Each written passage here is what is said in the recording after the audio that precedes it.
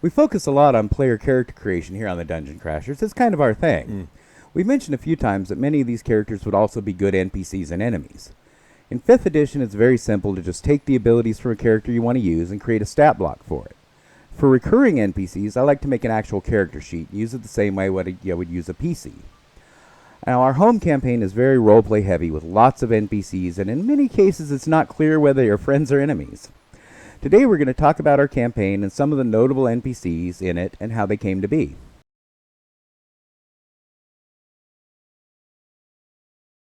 Hi everyone, and welcome to a more personal episode of The Dungeon Crashers. I'm Guy. And I'm Zapil.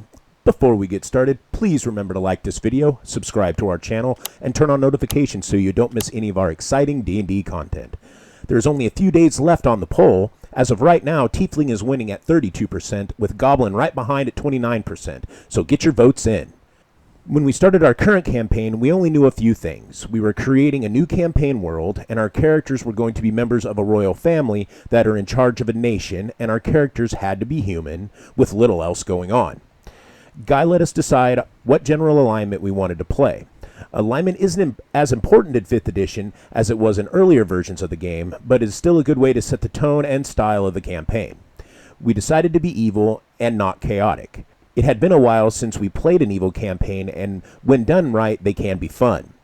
Guy also told us that the roles available in the game and let us choose which one we wanted to be. The choices were the ruler, the advisor, the champion, and the agent or diplomat. My oldest brother chose the ruler, my other brother chose the diplomat, and my nephew chose the champion while I took the advisor. We then made our characters. As I said, we had to be human, and we are starting at 12th level, and in this campaign is inspired by the birthright setting from 1st edition. Guy wanted the PCs to be special and have abilities beyond simple commoners. So we used the basic human race with a +1 to each ability score, but also got the variant human bonus feat. All other humans in the campaign are just base humans. The ruler character is an Oathbreaker Paladin, although we call it the Oath of Villainy, and it is lawful evil. The diplomat is a Valor Bard and is neutral evil, and is the ruler's younger sister who has a wealthy estate. The champion is the ruler's nephew, both in the game and in real life. He is a neutral evil battlemaster fighter. And as I said, the advisor that I'm playing is a Death Domain cleric and the high priest of the kingdom's dominant religion, and he is also neutral evil.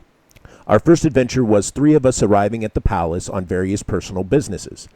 We had not yet received an official position in the ruler's court, as he had just been crowned after the death of his father. We all know each other, but none of us except the ruler and his sister are particularly close. Upon arriving at the castle, the first NPC we meet is the court wizard, and he is acting super shady and keeps making excuses as to why we can't see the ruler. Originally, the adventure was supposed to be the ruler calls them because the wizard had been possessed by a devil, and the ruler needed help finding out why. However, Zapil's brother couldn't make the game, so I changed it to be the ruler who got possessed by the devil, and the wizard was covering it up so as not to cause chaos in the kingdom, and possibly to prevent people from thinking he had something to do with it. So a series of roleplay encounters and investigations ensued while the players tried to figure out what was going on. The wizard's name is Gregor. He is a 10th level evoker and was the former ruler's advisor. He is a middle-aged man with thinning black hair, a pinched face. I won't disclose his alignment because the party still has questions about him, but he worships a god called the Destroyer, so probably not good. Yeah. He has the Elemental Adept feat for fire and the Resilient feat for constitution. Even though he has considerable power both politically and magically, he presents himself as humble and a little cowardly. Even though he is an evoker, he focuses on a small number of mostly fire-based evocations, and uses the rest of his prepared slots for defenses, summoning, divination, and utility spells, as suits his role as a court wizard. However, with his power as an evoker and his elemental adept feat, he only needs a few offensive spells to be deadly. Fireball, Wall of Fire, and Scorching Ray can handle most of his problems.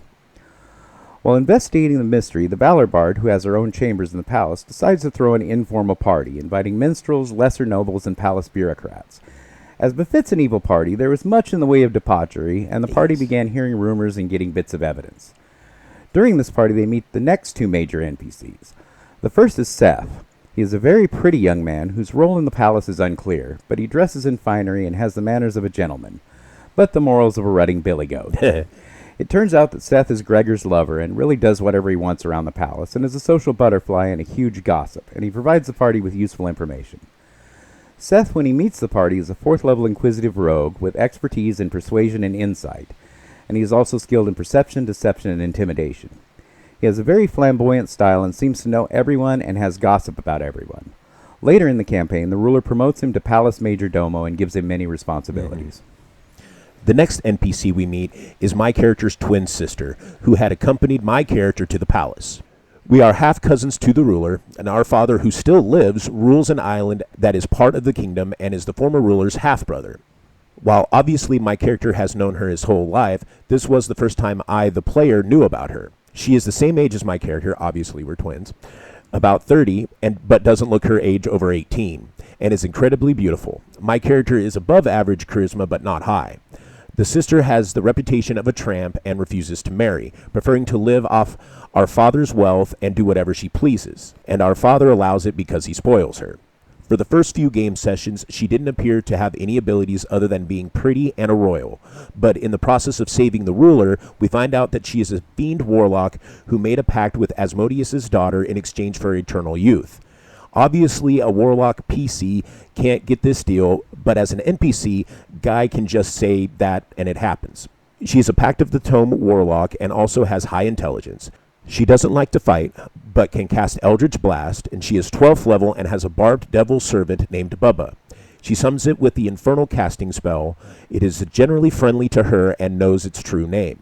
She also has Planar Binding and Magic Circle among her spells known, and can force him to take on longer tasks if she needs him to. She has the Create Undead spell as her Mystic Arcanum and keeps 3 ghouls under her control. She is a hedonist who really didn't even want power, only youth, but she is also intelligent and curious. After making the pact, she took to studying about devils and undead and increasing her powers. She has the cantrip Shillelagh, Guidance, and Thaumaturgy from the Pact of the Tome, and she has a Book of Ancient Secrets Invocation and a large collection of rituals. She also has Eldritch Blast, Green Flame Blade, and Friends cantrip, and the Agonizing Blast Evocation, so despite not wanting to fight, she can be very deadly. Using Eldritch Blast at range and a cane and melee boosted by Shillelagh and Green Flame Blade. She helps release the ruler from possession, allowing him to join the party and help with the rest of the adventure, which was to find and defeat the devil that was possessing him, which turns out to be imprisoned in the crypt beneath the palace. Skipping ahead a few adventures, the ruler receives a message from the Goblin Kingdom. The goblins live on a southern continent and haven't had much contact with humans in the last century, but are now seeking a trade relationship with the ruler. They offer spices, drugs, and ivory in exchange for copper and tin. The party takes a ship to visit the Goblin Kingdom on a diplomatic mission. The goblins aren't primitive at all and are in fact more advanced than the humans. There are savage goblins on the continent the party comes from, but they are equivalent to barbarians among the humans and are different from the civilized goblins. The human nations are in a period similar to the Dark Ages, whereas the goblins are more Renaissance. Their kingdom is lawful neutral, but tends more towards evil than good. The rulers in upper class are hobgoblins, the common folk, craftsmen, merchants, tradesfolk, etc. are goblins, and bugbear are mostly lower class laborers, except for those who find success in the military. On this mission, the players meet several goblin NPCs. The most notable is one who befriends the bard. Her name is Anak. Women are second-class citizens among goblinkind, but hobgoblin women still have status, and she is a daughter of the Goblin King. She fills the party in on a lot of things about the goblin culture and history. The bard, being the only female PC, is the one who interacted with her the most. She learns that once the goblin women ruled as matriarchs and were cruel to the males, and now that the tables have turned, the males dominate the women. She further learns that despite this, the males aren't as unkind to the women as the matriarchs were to the males, and also she later learned that the women still control things behind the scenes and let the males be figureheads and play politics. The hobgoblins have strong magic. The females tend to be wizards, and that is the source of their power, but the males are skilled artificers and eldritch knights, and many are low-level wizards as well. The main power of the males is what they call mind magic. Some male hobgoblins are psychic warriors and aberrant mind sorcerers. Anak is a 10th level enchanter, 3rd level arcane trickster, and has high charisma as well as intelligence. She also has the telepathic feat, but keeps it a secret because females aren't supposed to have the mind magic. She has expertise in persuasion and insight, and is subtly manipulating her father, the Goblin King, and her half-brothers, the older of which is the heir to the king, and the other is the king's astrologer and chief advisor, who is a 12th level Circle of Stars druid. Now, skipping back a few adventures, we meet Gemma. After the party had begun to try and revitalize the kingdom, which was severely in decline when the ruler took over, they decided to host a royal ball and invite all the nobles. The ruler is unmarried and in his early 30s, so naturally the nobles took this opportunity to introduce their marriageable daughters. The ball was filled with beautiful young women, some young enough that even the ruler, who is an evil oathbreaker paladin, thought it was inappropriate. The ruler ignored the women for a while until my character, as his advisor, encouraged him to dance with some of them for diplomatic reasons.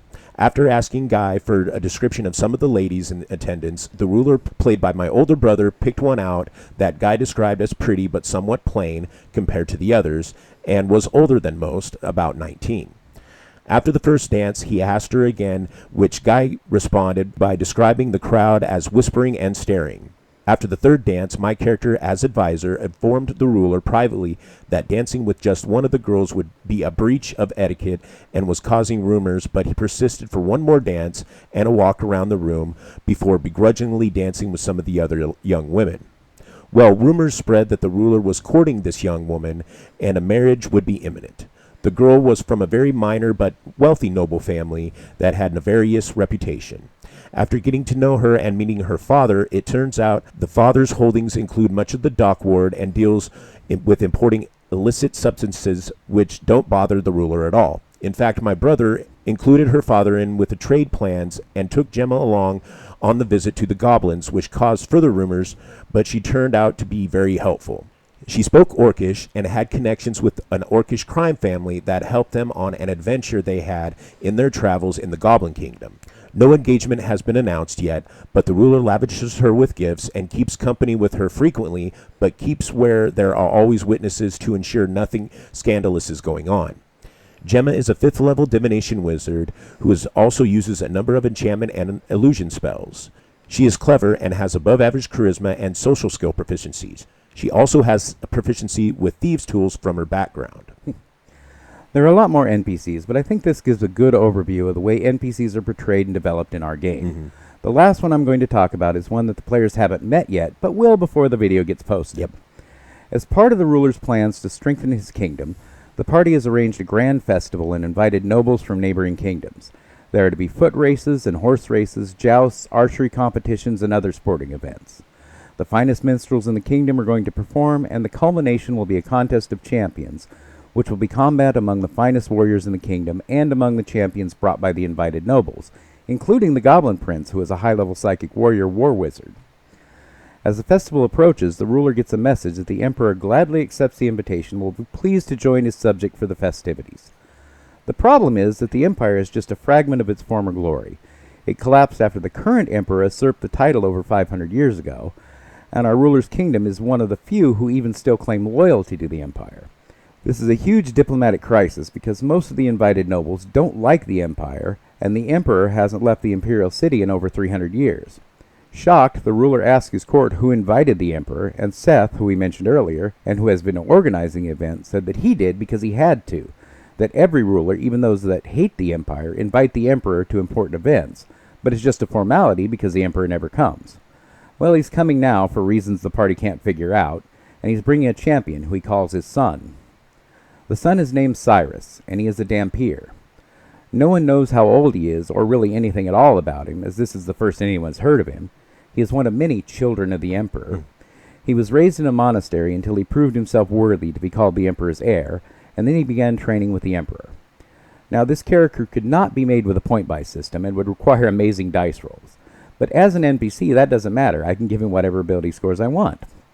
He has a 14 strength, 20 dexterity, 18 constitution, 12 intelligence, 18 wisdom, and 18 charisma.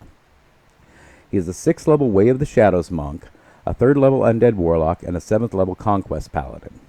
He has the Devil's Sight invocation and agonizing blast. He uses the dueling style and uses the monk's dedicated weapon optional feature to use a Morning Star as a monk weapon. He also has the Crusher feat and the Metamagic Adept feat, giving him Quicken Spell. Some of his combat techniques, in addition to the usual attack with a weapon, smite, and flurry of blows, his bite counts as a simple weapon, so can't be used with flurry of blows, but he can smite with it. He can also activate his form of dread from Undead Warlock, which, among other things, lets him once a turn force an enemy he hits with an attack to make a wisdom save or be frightened of him until the end of his next turn. Frightened creatures have disadvantage on attacks and ability checks as long as they can see him and can't willingly move closer to him. His Aura of Conquest also causes frightened creatures to have their move reduced to 0 and take psychic damage when they are next to him. He can also use Booming Blade with his Morningstar, adding Smite if he wants, and use Crusher to knock them back 5 feet, forcing them to take the secondary damage if they want to move up to attack him. He can also cast Darkness using Warlock slot or key points, and see through it with his Devil Sight, and teleport around in the darkness with his Shadow Step ability. His Metamagic Adept only gives him one use of Quicken Spell a day, but he can use it to cast Darkness and still make a full attack, or make a full attack and then cast Booming Blade as a bonus action, or just cast Agonizing Blast twice. Yeah. That's a spoiler for me. I knew the Emperor was bringing a champion, but wow. I think my nephew's Battlemaster is going to be in for one heck of a fight, but he's pretty powerful too. This is actually the first I've seen the stats of a lot of these NPCs. As players, we have figured out a lot about what these characters can do, but Guide doesn't tell us anything. Usually we have to learn by watching and making guesses. The way NPCs are introduced in Guy's campaign is just a description of what they look like, and we learn everything else by listening to what they say and often making insight checks to see if they are lying or up to something. Watching what they do and if they use any powers or abilities. Sometimes we get clues, like if they are wearing a holy symbol or heavy armor that can narrow it down, but we never really know the game statistics or levels on who we are dealing with. That I think is one of the best ways to make an interesting NPC. Instead of saying you encounter a bugbear barbarian rogue, say setting along with the goblin sailors is a large hairy creature that resembles a goblin but stands 8 feet tall. He is wearing trousers and a sleeveless shirt. At his waist are hung a pair of scabbard short swords. Then if the player's passive perception is high enough, you also notice that he has a dagger tucked in each boot and metal darts hidden on his wrist bracers. This adds a level of mystery to the character and makes the players want to find out more about it.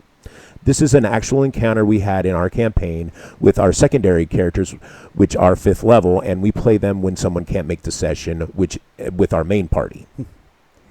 Interesting non-player characters can really make a Dungeons & Dragons game more memorable and enjoyable.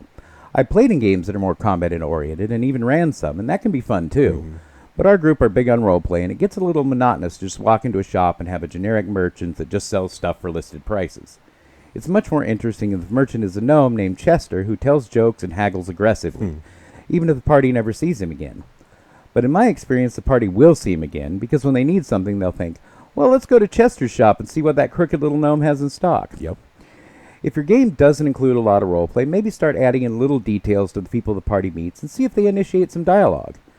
And if you already do a lot of roleplay, hopefully we've given you some ideas on how to make it more interesting.